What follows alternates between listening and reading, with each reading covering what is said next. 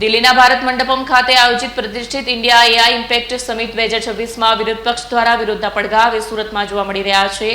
દિલ્હીમાં યુથ કોંગ્રેસના કાર્યકરો દ્વારા સમિટ દરમિયાન કરવામાં આવેલા પ્રદર્શનને ભાજપે દેશની વૈશ્વિક છબી ખરડવાનો પ્રયાસ ગણાવ્યો છે।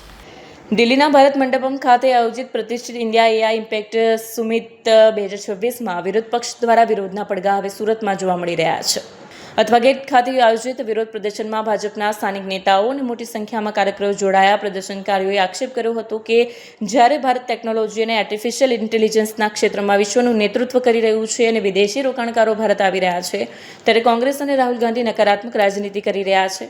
વિરોધ પ્રદર્શન દરમિયાન સુરત ભાજપના અગ્રણીઓ મીડિયા સાથેની વાતચીતમાં જણાવ્યું કે રાહુલ ગાંધીની દેશ વિરોધી માનસિકતા હવે ખુલ્લી પડી ગઈ છે।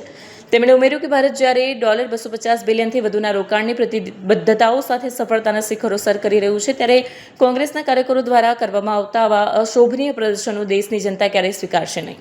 પૂતળા દહનના કાર્યક્રમને પગલે અઠવાગેટ વિસ્તારમાં ચુસ્ત પોલીસ બંદોબસ્ત ગોઠવી દેવામાં આવ્યો હતો અને થોડા સમય માટે ટ્રાફિકને પણ અસર પહોંચી હતી।